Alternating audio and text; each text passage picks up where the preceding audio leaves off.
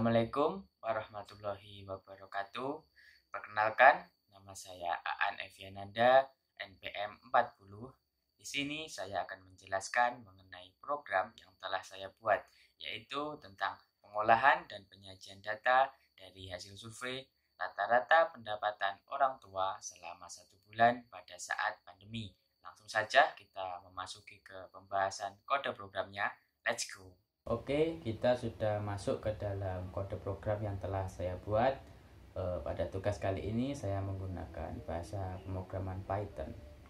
Nah, di kode program yang telah saya buat ini ada beberapa bagian. Yang pertama ada bagian inisialisasi tipe data, dan di bawahnya ini ada bagian untuk proses penghitungan ataupun pengolahan data, dan di bawahnya lagi ada proses untuk penyajian data berupa tabel, dan di bawahnya atau yang terakhir ini ada proses untuk penyajian data berupa diagram lingkaran dan diagram batang. Oke, langsung saja kita bahas satu persatu mulai dari awal. Nah, langkah pertama untuk membuat program ini saya menginisialisasikan tipe data array untuk menyimpan seluruh data yang saya hasilkan dari survei sebelumnya. Nah, dan seluruh data ini saya simpan ke dalam variabel dengan nama jumlah data.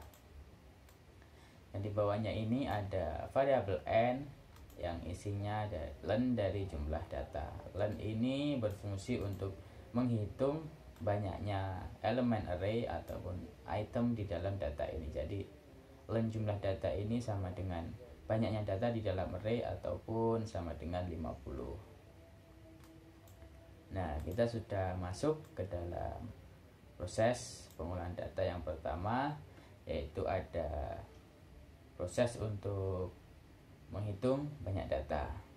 Nah, langkah pertama saya membuat variabel baru yang saya kasih nama banyak underscore data, dan saya kasih nilai sama dengan n. N tadi sebelumnya sudah saya jelaskan bahwa n itu jumlahnya 50, sehingga bisa ditampilkan menggunakan fungsi print dengan memanggil variabel banyak underscore data.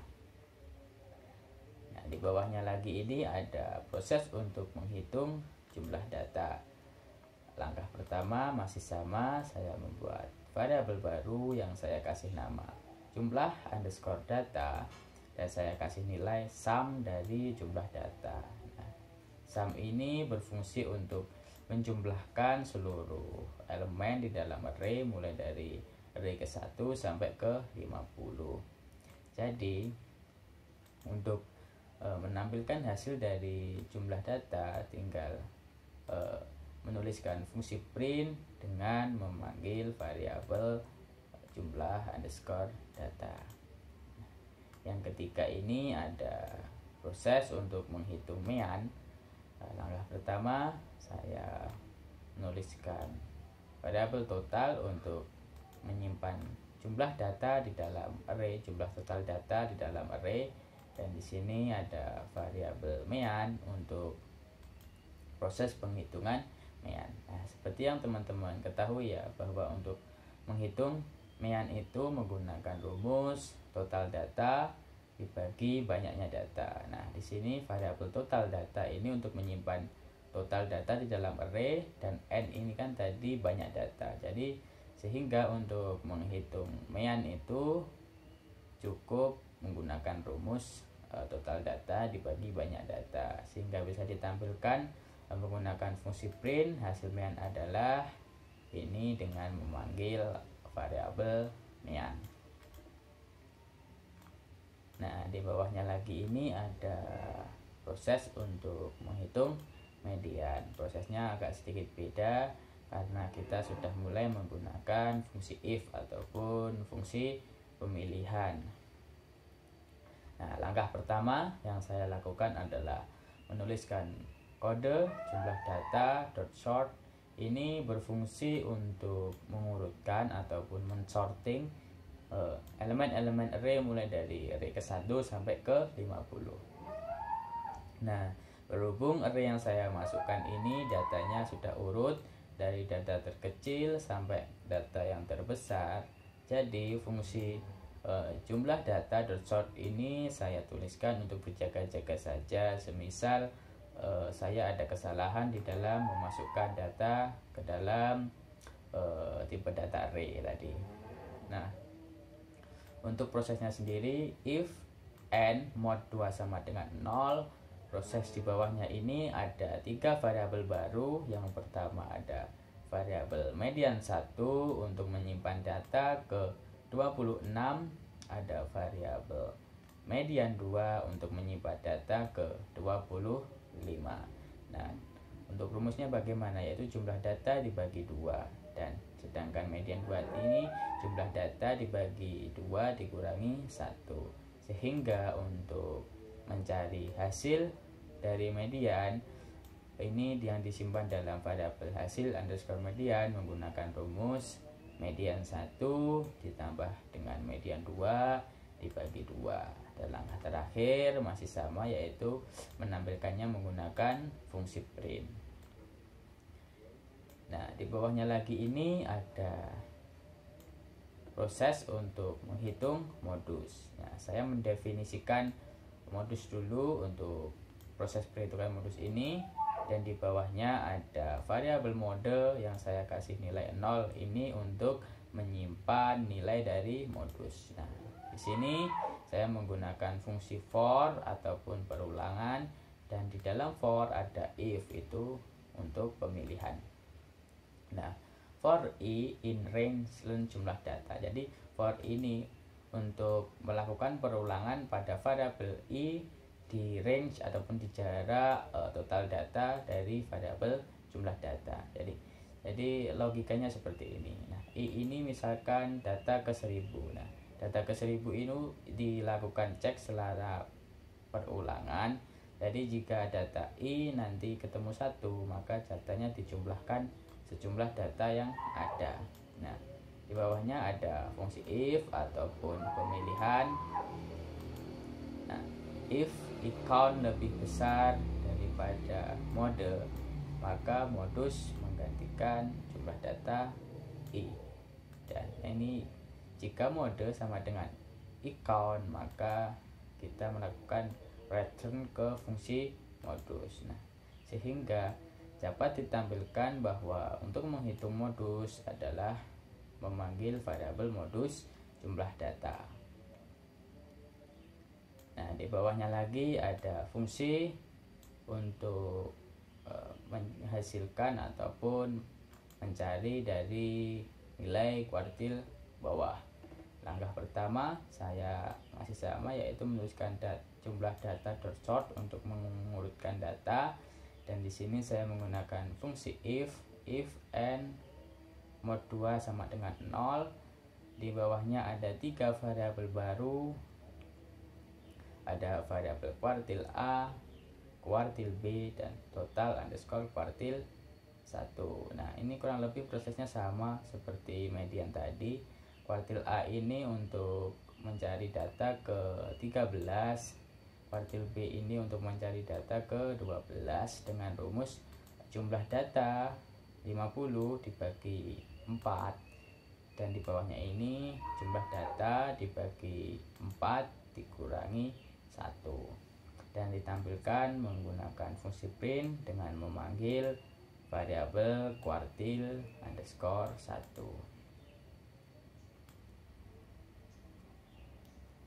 Nah, di bawahnya ada proses untuk menghitung kuartil atas ataupun H3. Ini kurang lebih sama seperti proses untuk menghitung kuartil bawah ataupun H1. Yang membedakan hanya ada di rumusnya ini saja. Nah, jika kuartil bawah itu rumusnya untuk mencari datanya itu n dibagi 4, sedangkan di kuartil atas ini dikalikan 3 terlebih dahulu, n-nya baru dibagi dengan 4. Langkah selanjutnya ini kurang lebih sama seperti untuk mencari kuartil bawah. Di bawahnya lagi ada kode program untuk menghitung nilai varian sampel. Nah, langkah pertama saya membuat variabel var underscore s yang saya kasih nilai 0. Nah, selanjutnya saya menggunakan fungsi for ataupun perulangan untuk variabel hasil. For hasil in jumlah data, jika for ini dilakukan perulangan hasil di variabel jumlah data dengan rumus var underscore s sama dengan var underscore s ditambah hasil dikurangi mean dipangkatkan 2. Nah, sehingga nilai varian sampel itu akan disimpan dalam variabel varian underscore sampel dengan rumus var s dibagi len jumlah data dikurangi 1 ataupun dibagi jumlah data 50 dikurangi 1. Selanjutnya bisa ditampilkan menggunakan fungsi print. Nah, di bawahnya lagi ada proses untuk menghitung varian populasi. Untuk varian populasi ini kurang lebih sama ya untuk menghitung varian sampel, yang membedakan hanya di rumusnya ini saja. Jadi jika varian sampel itu var s dibagi len jumlah data 50 dikurangi 1, sedangkan varian populasi ini rumusnya var underscore p dibagi jumlah data saja dibagi 50 data tanpa adanya pengurangan satu data ini. Nah, di proses terakhir untuk pengolahan data ada kode program untuk menghitung standar deviasi. Di sini saya mengimport library math karena pada standar deviasi ini saya membutuhkan akar pangkat ya. Jadi ini math.sqrt ya, Bro. Ini berfungsi untuk akar pangkat dari varian sampel. Jadi untuk menghitung standar deviasi yang saya simpan ke dalam variabel standar deviasi ini merupakan akar pangkat dari nilai varian sampel. Jadi tinggal menuliskan kode math.sqrt ini untuk varian sampel dan selanjutnya bisa ditampilkan.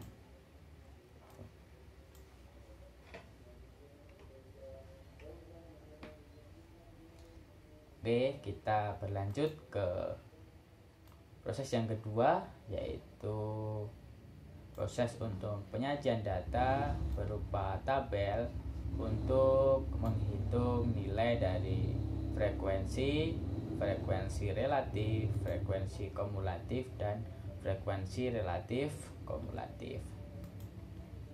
Langkah pertama, saya membuat variabel baru, variabel array ya. Saya kasih nama data dan frekuensi, dan di sini ada variabel indeks untuk menyimpan indeks nilai dan saya kasih nilai awal 0. Nah, langkah pertama saya menggunakan fungsi perulangan untuk variabel z pada jarak len jumlah data. Jika z sama dengan 0, ini data.append. Ini append ini berfungsi untuk menyisipkan data ya. Jadi jika di saat melakukan perulangan, misalkan data nominal 1000 dicek ada 1. Nah, setelah dilakukan perulangan dicek lagi ternyata ada data lagi yang jumlahnya 1000, maka data tersebut dijumlahkan ke data awal yang disimpan ke dalam variabel indeks. Jadi misalkan awalnya data 1000 berjumlah 1. Setelah dilakukan perulangan atau dicek menggunakan for, ternyata ada 1 lagi, maka dinilai indeks tersebut dijumlahkan 1. Begitu terus dan seterusnya. Nah, di bawahnya ini ada fungsi print untuk menampilkan bentuk dari tabel ya. Dan di bawahnya ini kita sudah mulai untuk menghitung frekuensi kumulatif dan frekuensi relatif kumulatif. Saya membuat variabel baru yang saya kasih nama frek underscore com untuk frekuensi kumulatif dan frek underscore rel underscore com yang untuk saya gunakan untuk menyimpan nilai dari frekuensi relatif kumulatif. Masih sama, di sini saya menggunakan perulangan untuk variabel rel atau variabel dari frekuensi relatif tadi ya. Nah, di sini untuk mencari frekuensi kumulatif dan frekuensi relatif kumulatif, saya menggunakan rumus untuk frek_com ini sama dengan frek_com dijumlahkan dengan frekuensi relatif. Sedangkan frek_rel_com ini frek_com dibagi n untuk rumusnya. Ini saya kalikan 100 agar nilainya itu berubah menjadi persen, tidak desimal lagi. Nah, setelah itu selanjutnya tinggal menampilkan saja ini di sini, menampilkan dengan memanggil masing-masing variabel dari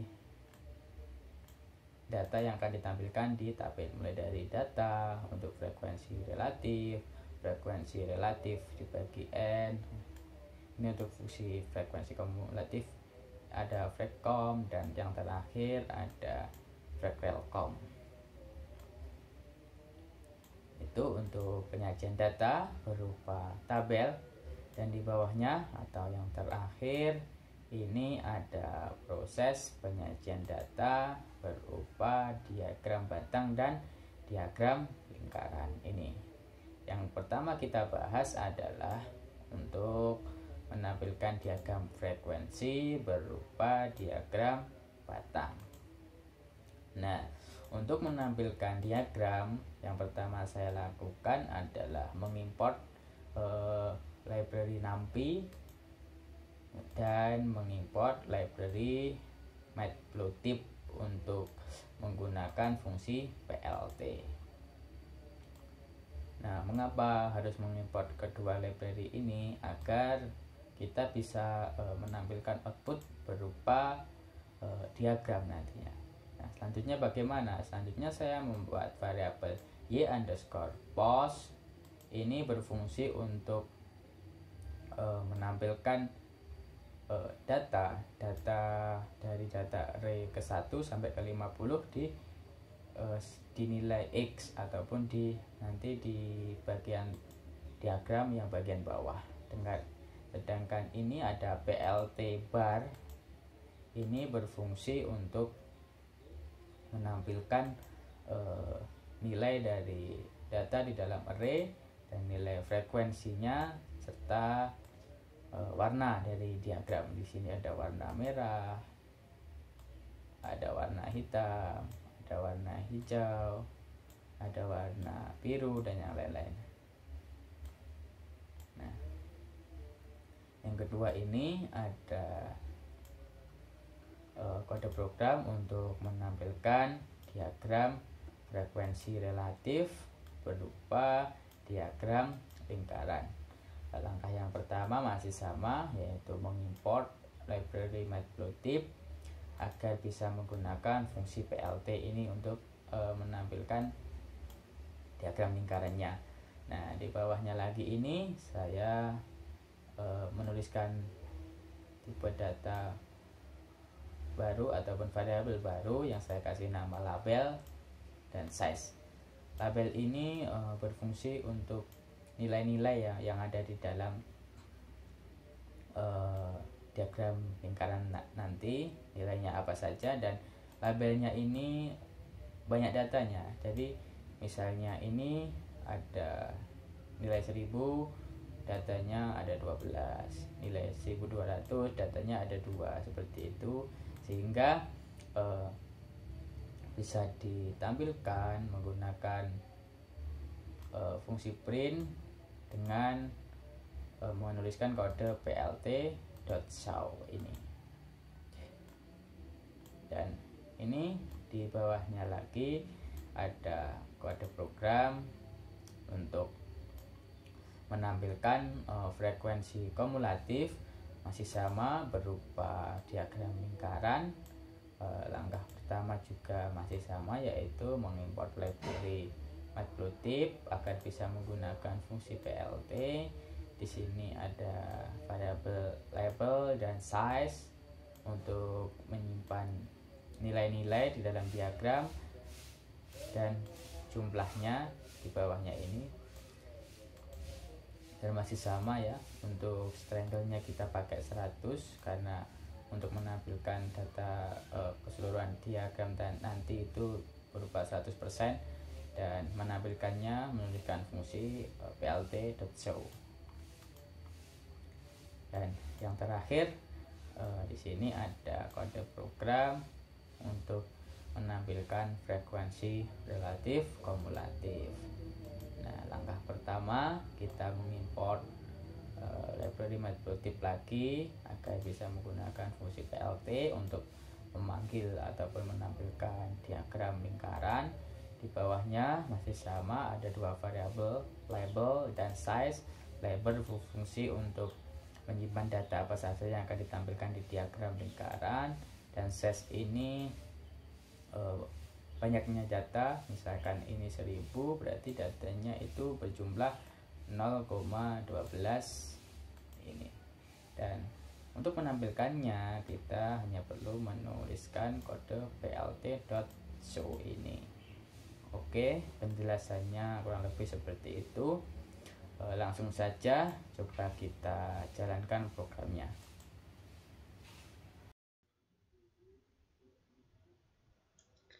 Nah, di sini dapat teman-teman lihat untuk hasil dari running programnya. Ini bagian untuk pengolahan data. Ada banyak data, ada total data, median, sampai ke standar deviasi. Nah, coba kita bandingkan ya, bagaimana hasil dari running program ini dengan yang Excel. Misalnya saja kita ambil mean di sini ada 3.644. Kita bandingkan dengan di Excel mean. Nah, mean di sini juga 3.644. Kita coba bandingkan lagi di sini, misalkan nilai dari standar deviasi di sini ada 2647537. Coba kita lihat di Excel. 2647537 kurang lebih sama. Untuk pengolahan data ini di Excel maupun di running programnya ini kurang lebih sudah sama. Lalu kita coba untuk penyajian data berupa tabel. Di sini ada data itu sendiri, ada frekuensi relatif, frekuensi kumulatif, dan frekuensi relatif kumulatif. Untuk data-datanya ini bisa teman-teman lihat sendiri. Lalu langsung saja kita coba bandingkan dengan yang ada di Excel. Nah, ini untuk frekuensinya sendiri data 1.600.000, data 1.201. Lalu kita lihat di programnya di sini data 1.600.000, data 1.200 juga 1, kurang lebih juga sama. Lalu kita lihat di sini langsung saja ke data 10 juta ini ya, langsung saja ini frekuensi relatifnya berapa, kita lihat 3, frekuensi relatifnya 0,6 ataupun 6%. Di sini kita lihat frekuensinya 3, frekuensi relatifnya 0,06 ataupun 6%, dan frekuensi kumulatifnya 50. Di sini frekuensinya juga 50, kurang lebih tabelnya ini juga sama. Nah, untuk pengolahan dan penyajian data berupa tabel kurang lebih sama seperti yang di Excel, di program yang sebelumnya sudah saya buat di Excel, dan di sini tinggal penyajian data. Nah, untuk penyajian data ini berbeda dengan yang ada di Excel, karena di Excel ini lebih kompleks, tinggal kita ada tools-toolsnya ya. Tetapi jika di Python ini saya hanya mampu menampilkan data seperti ini.